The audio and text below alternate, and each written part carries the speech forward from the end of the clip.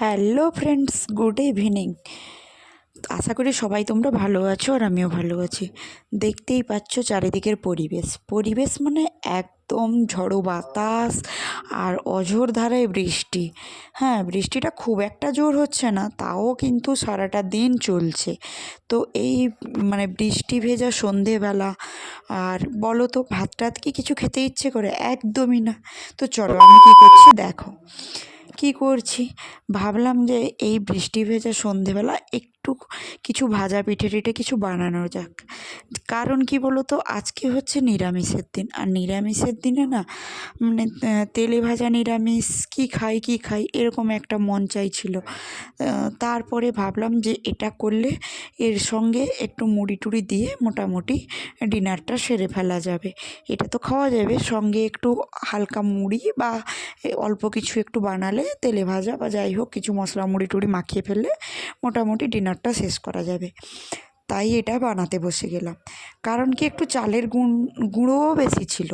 ঠিক আছে, এর আগের দিন পিঠে বানানো হয়েছিল আর সেই চালের গুঁড়োটা ছিল, আর সেটা দিয়ে আমি ভাজা পিঠে বানানোর জন্য তাই জল আমার দেখলেই কিছুটা গরম হয়ে যাওয়ার পরে কিন্তু আমি চিনিটা দিয়ে দিলাম।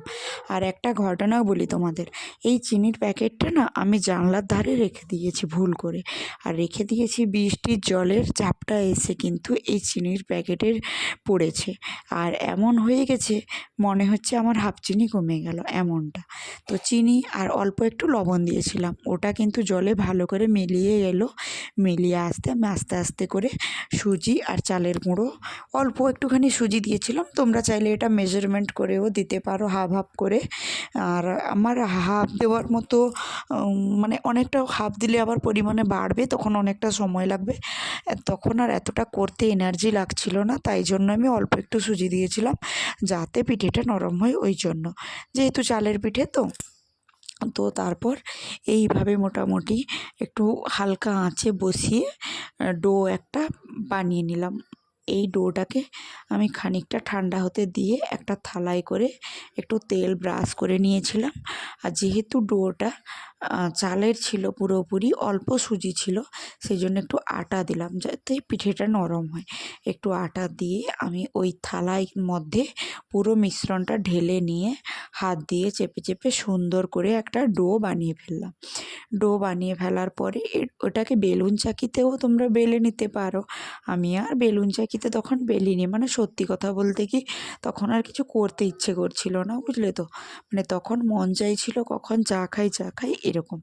তো হাত দিয়ে একটু চেপে চেপে একটু গোল গোল করে শেপ দিয়ে নিয়েছিলাম। আর এদিকে ভাজাও শুরু করে দিয়েছিলাম, মানে কিছুটা ভাজছি কিছুটা আবার হাত দিয়ে বানিয়ে নিচ্ছি। একদম সহজ সরল একটা পদ্ধতি, তোমরা চাইলে অবশ্যই এটা মোটামুটি বাড়িতে করে দেখতে পারো। আর সত্যি কথা বলতে কি, পিঠেটা খেতে জাস্ট ওয়াও হয়েছিল। এইভাবে আমার কিন্তু সন্ধেবেলা চটপট করে এক থালা পিঠে তৈরি হয়ে গেল। আর পিঠে হয়ে যাওয়ার পরে আমি সবাইকে দিয়ে দিয়েছিলাম খেতে, নিজেও খেতে বসেছিলাম। তো আজ আসি, দেখা হচ্ছে আবার নেক্সট একটা ব্লগে, টাটা।